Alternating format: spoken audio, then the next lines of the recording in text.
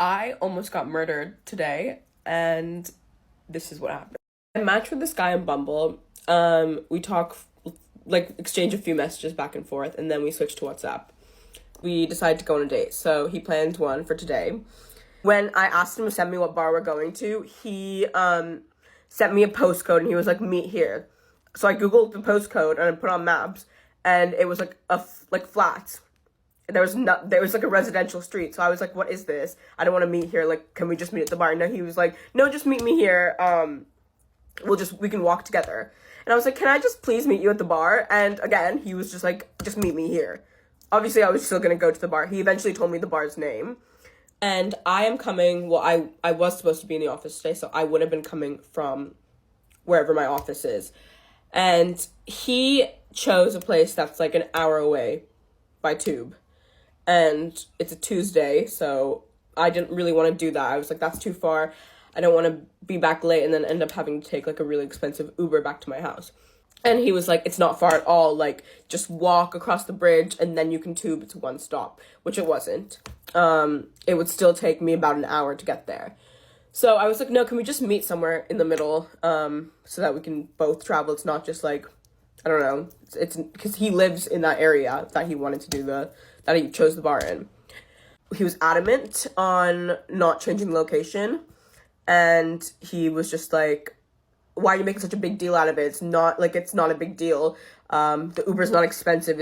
He like looked up the price, and he was like, it's only £15, which it would not be, because from my house to like the bar by Uber would be like probably £30, especially late at night.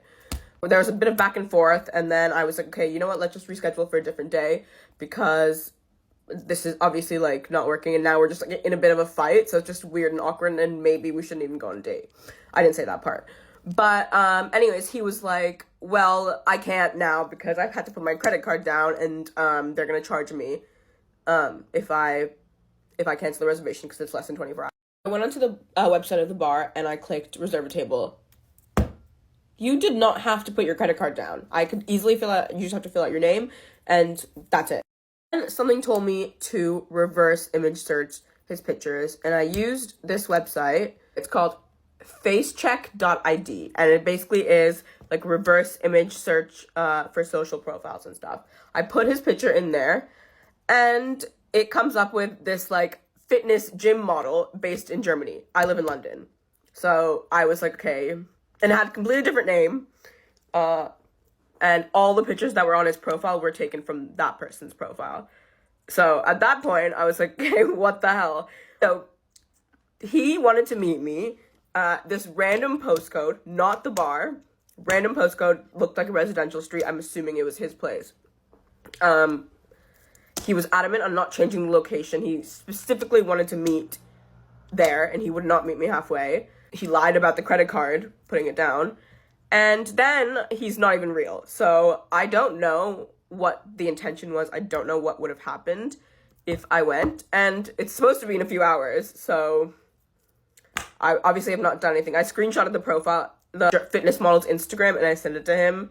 But now I'm really scared, actually. So I reported him on Bumble. I'm going to block him on WhatsApp before he even responds, because I don't know what would have happened, but everything is just like alarm bells.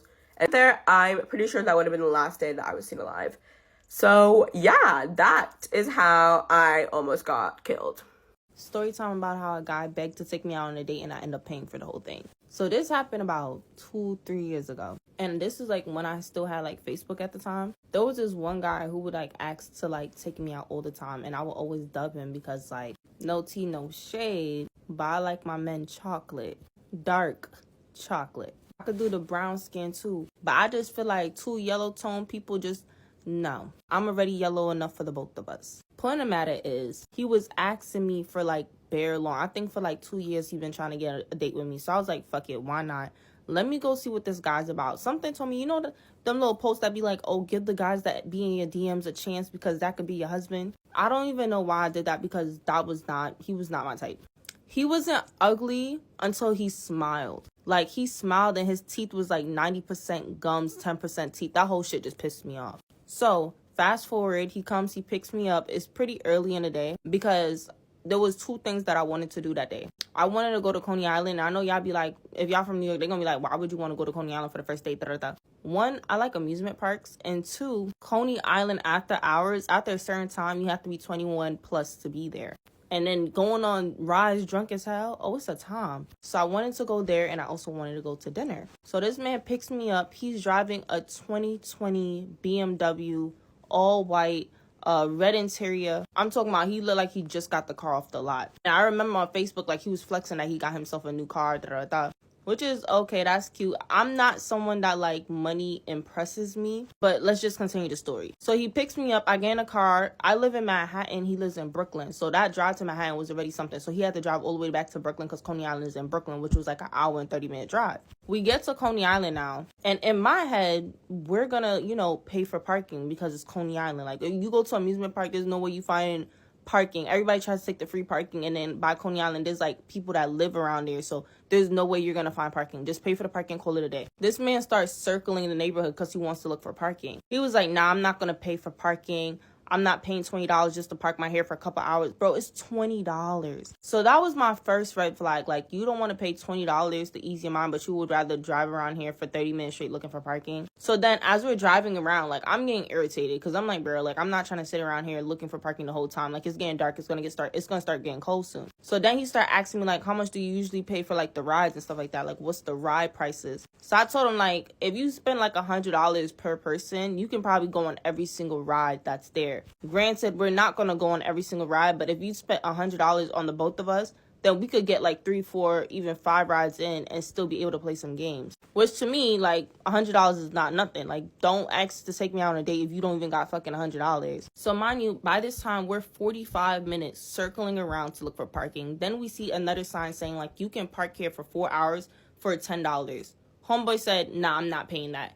$10? Like, at this point, I'll pay it. He like, nah, you don't have to pay either. We gonna find something. We circled around for an hour, and at that point, I'm like, you know what? Fuck Coney Island. Let's just go get dinner. Like, I'm not even feeling no more. He like, oh, are you sure? Like, what place did you pick? So I just picked a random spot online.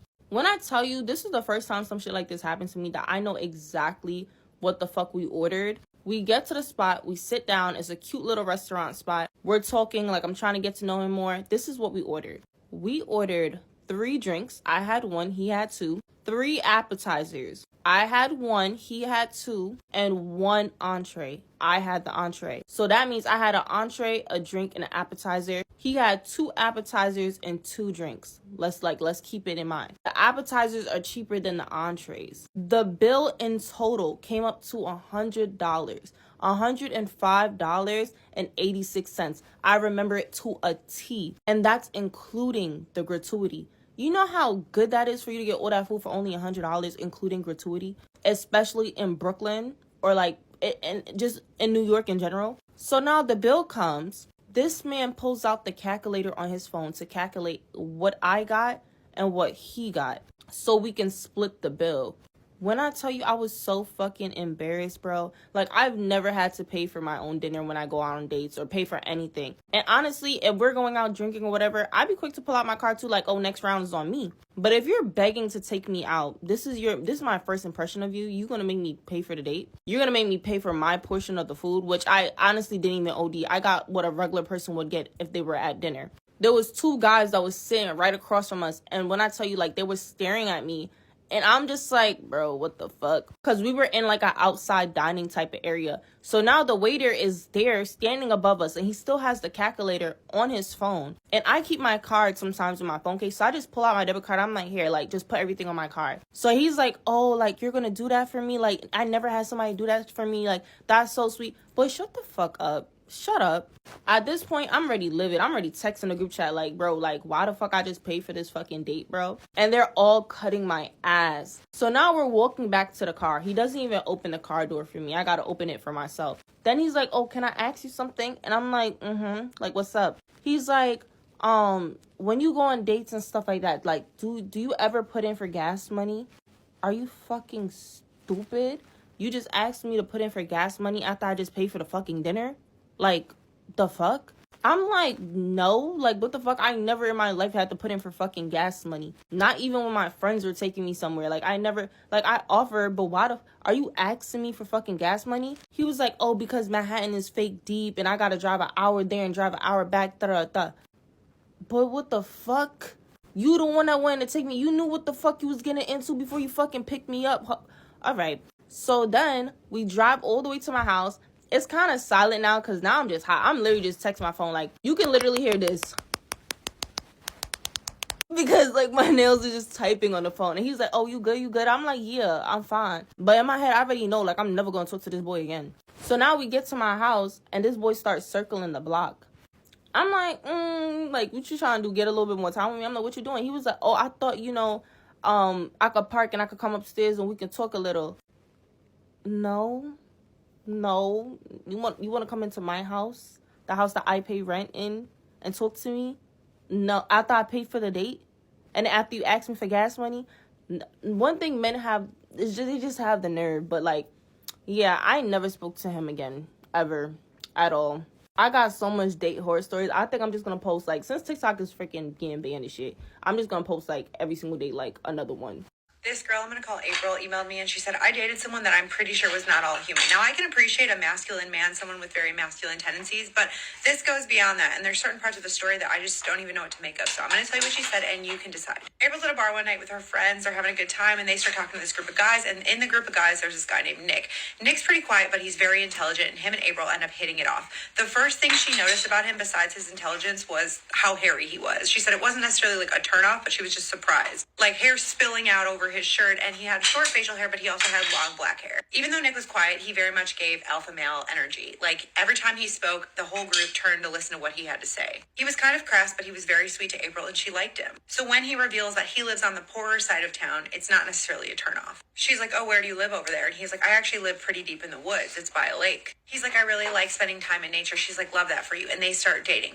The first night she spends the night at his house, though, she realizes that he was not exaggerating. Like, he lives way out in the sticks. She said going out there, she had to turn off the main road onto a dirt road and then park her car on the side of the road. And then Nick came and got her on his four-wheeler. He then drives her on the four-wheeler to his house, which is basically a shed in the middle of the woods. And even the bathroom was disconnected. It was a smaller shed with just a toilet and a sink. And the first time they hook up, she's like fireworks, like very raw, very primal. She was way into it. She said in her email, and I quote, real good. Even the way that he cuddled with her was very, like, animalistic. Like, he would nuzzle his head into her chest. He would rub all up against her. And she said, honestly, their physical connection was probably the reason they lasted as long as they did. Nick had some strange habits or tendencies that April just wasn't used to. For example, he followed a strictly carnivore diet. He said he just didn't like vegetables and fruit. And his bed was actually the top bunk of a bunk bed. He said he just didn't like sleeping close to the ground. For that reason, most of the time they spent the night at April's place, but sometimes she did find herself staying at his shed. On one of the nights she stayed over there, she had to go to the bathroom. So she leaves the house. It's dark out already. So she walks out to the back shed. And as she's walking back, she notices there's a strange symbol painted on the side of the house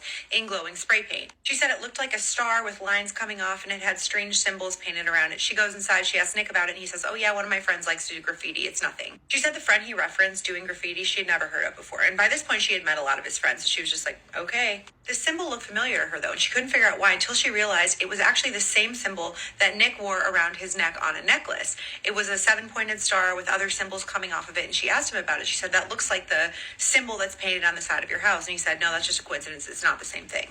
She also met his aunt. His aunt also lived in the woods a little ways away, and they would go over there to use her shower. His aunt was really nice, although quiet, and it actually made April feel better when she was staying out there that there was somebody else close by that she knew. One night she's over there, Nick says he's going to go for a walk. It's dark out. She's like, what are you talking about? You're going to go for a walk. He's like, I just like to connect with nature. I told you this when we started dating. She's like, well, I want to go with you. He's like, no, just stay here. She's like, I don't want to be here alone. Like, I'm going with you. And he said, no, you're not going to be able to keep up with me. I said, stay here. And he kind of gets angry. And that was the first time that he had ever displayed any sense of anger toward her. So he leaves and she's like, well, you know what? I'm going to follow him. She said she just had a bad feeling. Like he was cheating her up to something he didn't want her to know about. So after he leaves, she follows him. She's being pretty quiet and he's a ways ahead of her. And then finally he just stops and turns around and says, okay, come on then if you're going to come. So she quickens her pace. She catches up with him and he still stays a couple steps ahead of her. Once they get deeper into the woods, he takes his shirt off and puts it over a tree limb. At this point in her email, she said she's a country girl at heart. Like she's grown up in nature. She's not afraid to be in the woods. But something about the energy of the woods that night was different. She said as they walked through the trees, all sounds around them stopped. Normally you can hear frogs or insects and you could hear none of that. She said it was like the wildlife in the woods knew that there was a predator around. The trees had filtered all the moonlight out, so it was completely dark, and April was tripping as she was trying to keep up with Nick, but he was stepping like he knew his way around. April takes her phone out to use the flashlight. She turns it on, and Nick turns around and looks at her, and as he looks at her, his eyes catch the light and glow like a cat's. He says, "Kill the light." She said the way that he looked at her and the way that his eyes were glowing scared her, so she dropped her phone. She picks it up, and then she looks at him, and she's like, "You know what? The woods are too creepy at night. I don't want to be here. I want to go back." And he says, "The woods are not a place for you at night. I told you that." He seems annoyed with her, but he walks her back to the house, and as they get closer, he says, "Do you think you can find your way back from here?" And she says, "Yeah, I'll be fine." Once he turned and walked away from her and she headed back alone, she said the normal sounds of the night in the woods resumed. Like she could hear the insects, she could hear the frogs. But it was only when Nick left that she could hear them. She felt unsettled when she got back to his shed. She was just sitting there by herself and she's like, "You know what? I don't really want to be here by myself." So she gets in her car and she drives a little ways away to his aunt's house. It was late when she got over there, but his aunt was still up. And she's like, "You know what? I was over at his house. I'm there by myself. I don't really want to be there alone. Is it okay if I just crash here?" And his aunt's like, "Yeah, you can sleep on the couch." Like super nice about it. She falls asleep and she wakes up. It's still dark out, but she hears Nick and his aunt talking in his aunt's kitchen. Nick is saying something like, "I didn't get much. I just got a small fox." She hears Nick's aunt say, "That's okay. By the way, she's here. She's on the couch. Be quiet. Don't wake her up." His aunt also says, "Clean all of that off of you." April's pretending to be asleep at this point because she doesn't want them to know that she can hear everything they're saying. But Nick walks by her to go to the bathroom and she can see from his mouth down, like all down his chest, there's a dark stain. It's all over his hands. It's all over his arms. It's all over his chest. And she just assumes it was from the animal. As he's walking past her, he stops to look at her, and she could see him staring at her just through the squint in her eyes, but she was still pretending to be asleep. So he stared at her for what felt like forever, and then he went in the bathroom and cleaned himself up.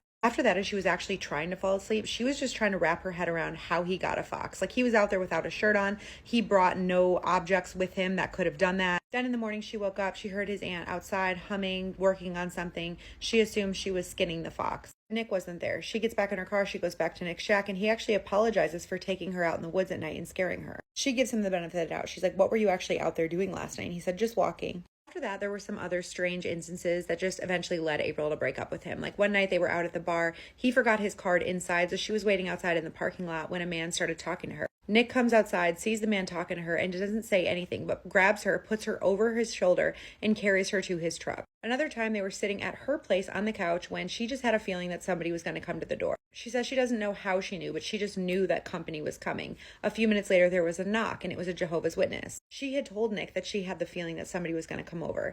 After the Jehovah's Witness left, she told him, like, "I knew somebody was going to come over. I don't know how I knew that." And he looks at her dead in the eye and he says, "Are you a witch?" And she said, "What are you talking about?" "No, I'm not a witch. Like, I don't know. It was just a feeling." His whole attitude toward her changed that day. Like, he got real quiet and he ended up leaving her house early, even though he was supposed to spend the night. After that, he put some distance between the two of them, and eventually she just got sick of it, and she called him up and she said, "You know what? I think we need to take a break. This isn't really working out for me." He didn't say much on the phone when she said this. He just said that he respected her decision and that he hoped that she would change her mind. She said she hasn't talked to him since then, and she really doesn't know what his deal was. She said she wanted to make sure that people knew that he was never violent with her, never angry, and for the most part, he was very polite and soft-spoken. She said he was very affectionate, and she enjoyed, for the most part, her relationship with him, but he just had some tendencies that she couldn't get behind. So what do you think was going on with Nick? She shared her story because she's genuinely curious what other people think. Let me know your thoughts, and I've been responding to emails for the last 2 days, getting back to some old stories, so those are coming soon. My 13-year-old sister recently got her phone taken away for downloading WhatsApp. And she doesn't think it's that big of a deal, but it brought me back to when I was a kid and I downloaded Kick Messenger for the first time, and I never had anybody to tell me that it was dangerous and not to do it. I figure now is the perfect time to tell this story, just to kind of like reiterate how dangerous these apps can really be, especially for naive young 13-year-old girls. So when I was 14 years old, I had a Kick Messenger boyfriend. I still remember his username and everything. It was the Kid Grim, and his name was Tony. I know that his name was Tony because he added me years later after this incident as if nothing ever happened on Facebook. And his name was Tony the Kid Grim. So I don't actually know his last name. But yeah, he was 28 years old. He told me that he was in a band, and I thought that he was automatically the coolest guy ever. But yeah, we talked every day on the Messenger app, and we exchanged photos. I don't know why it's being so glitchy like that, I'm sorry. But we exchanged photos often. Very, very often. And eventually we coordinated to meet up. He literally sent me coordinates. I'm not joking. Like, a coordinate to go find the place, like fucking Rando Nautica. He said to follow the trail that was near my house until I got to this crooked tree that we had both known about. It was like this tree that looked like a chair that was right next to this big rock that was near the river. One night when my parents were completely dead cold asleep, I decided to climb out my window with my flashlight in hand. So I'm like following these coordinates. This was before I even had a phone anyways. I had an iPod Touch, like one of those first generation iPod Touches. I didn't feel scared at the time because, like I said, they were like the woods near my house and I had explored them many times before this and I knew where I was going. Like I knew the tree in the area. So I get to the spot and he's already there waiting for me. So I shine my flashlight at him. I'm like, yep, okay, it's him. So I make my way over to him. He's like, oh, hey, baby. It gives me like hugs and kisses and whatever. And 14-year-old me is eating that shit up like a fucking gourmet meal, homie. And then we just sit on the rock and we start talking like normal talk, whatever. And then all of a sudden he starts kissing me again.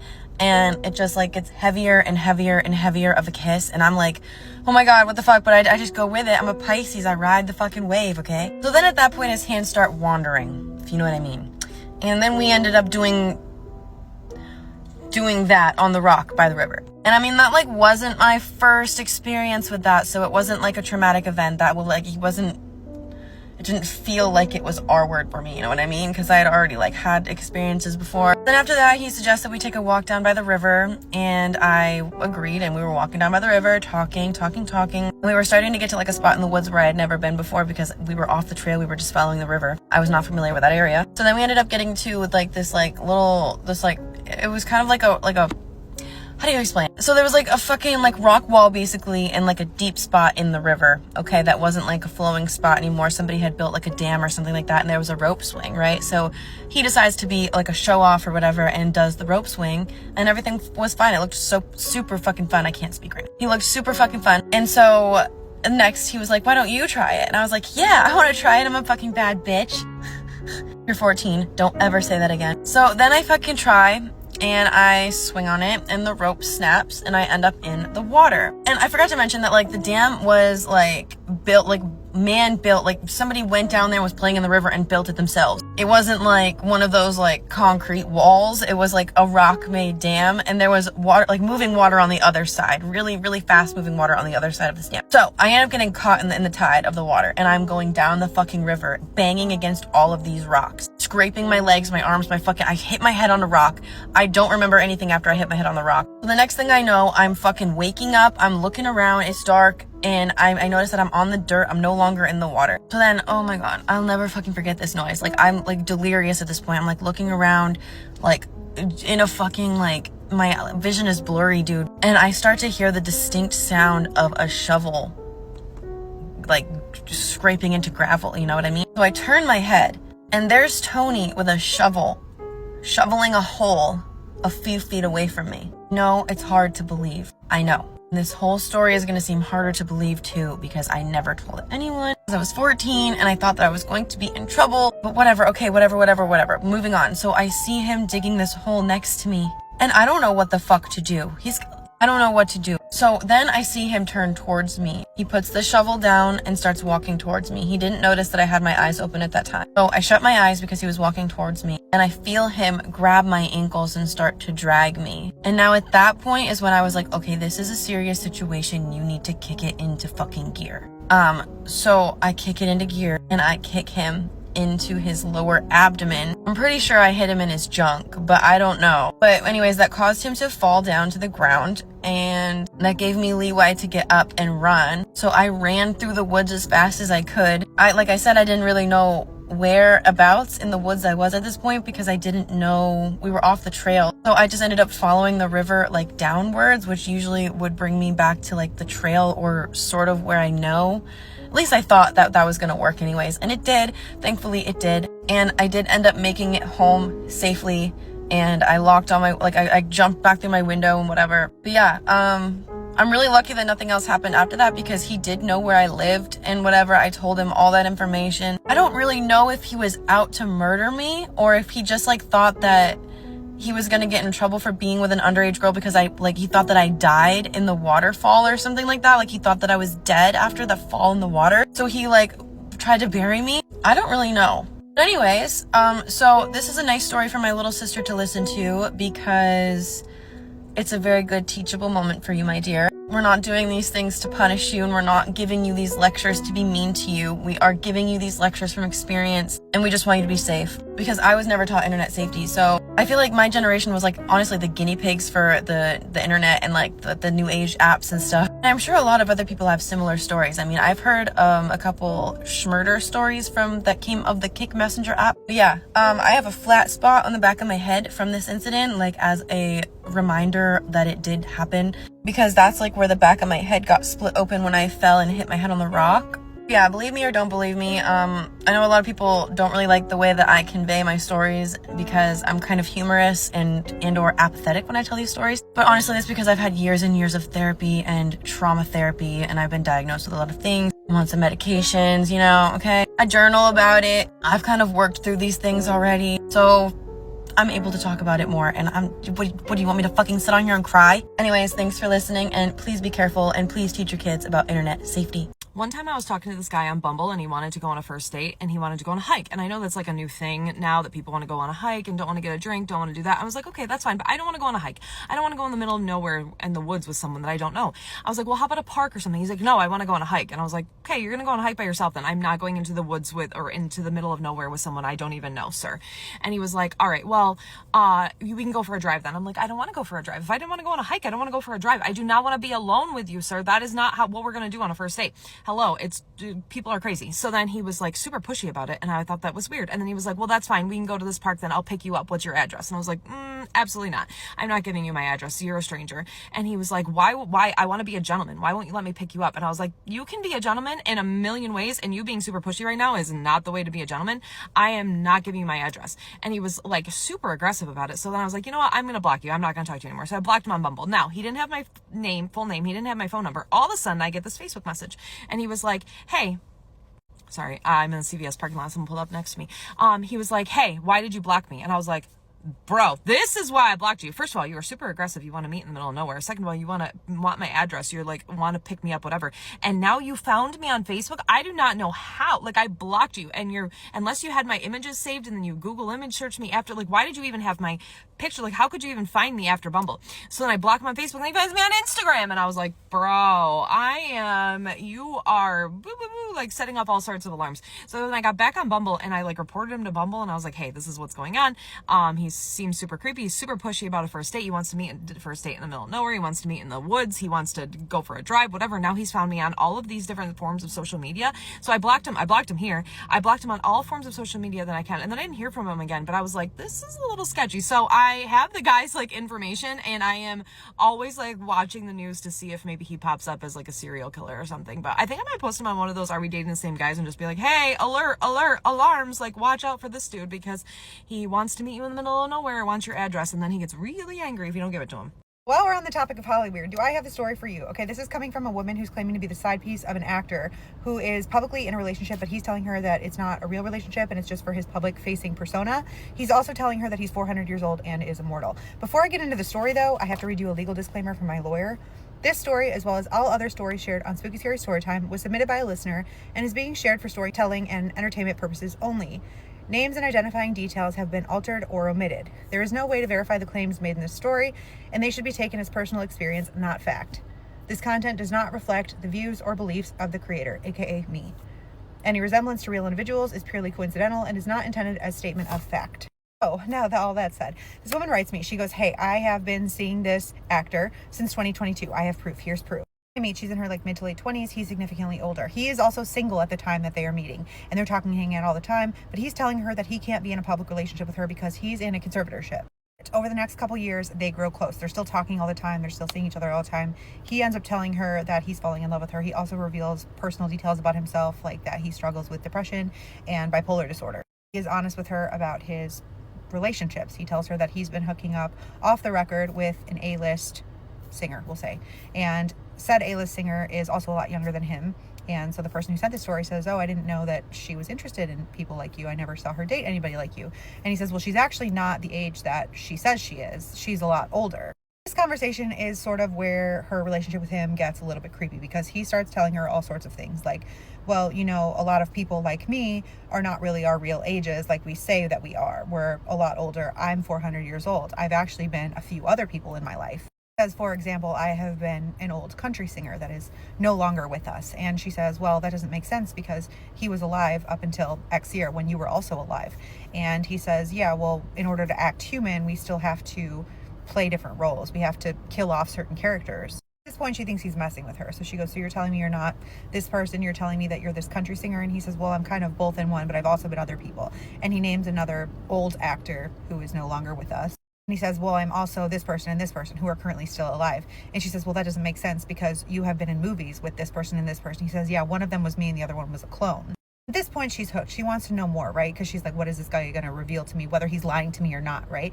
But she's like, I'm not really following. And he says, well, I can essentially shapeshift. I can become more than one person, but other people have to stand in for those roles. She goes, well, can you prove it? He goes, how would I prove it to you? And she goes, okay, fair enough. And they stop talking for the night. At this point, they're not together. They are in their respective homes across the country from each other. This is where it gets weird, okay? Because later he messages her and he says, hey, I figured out a way that I can prove it to you.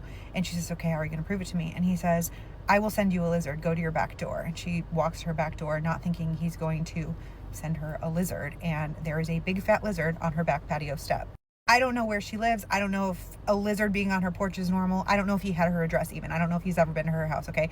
But she goes in to get her phone. She comes back out. She's watching the lizard. The lizard runs off the porch and goes like underneath her house. And he texts her and he says, do you believe me now? She texts him back. She said, that could have been a coincidence. And he texts her back and he said, then how would I know that you're wearing a blue and white daisy patterned shirt with your hair half up in a ponytail? That freaked her out, obviously. So she stops texting him as much. She's like, I think I'm just going to go to bed.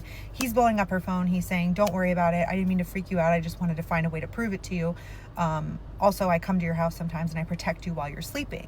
When she reads this message, all of the hair on her body stands up because she had not told him that about a week before this incident, she was in bed one night. Her dog was sleeping on the bed with her. And she said that she was awoken to the sound of what sounded like somebody walking around her room. Opened her eyes and looked around her room but didn't see anybody, thought she was just imagining it, maybe dreaming, rolled over, heard her dog start growling, and then swore that she felt somebody tuck her hair behind her ear. She doesn't tell him this. She doesn't text him back, but he texts her again and he says, I actually really love you. I don't want to scare you. I want you to know that I'm protecting you from things that are evil. I'm not evil. I'm just what I am. Little more time goes on. She's slowed down on how much she's talking to him. Obviously, she's still kind of talking to him. Hasn't seen him in a minute. He's still trying to talk to her any chance he can. She's kind of keeping him at an arm's length, though. But then it comes out that he is in a public relationship.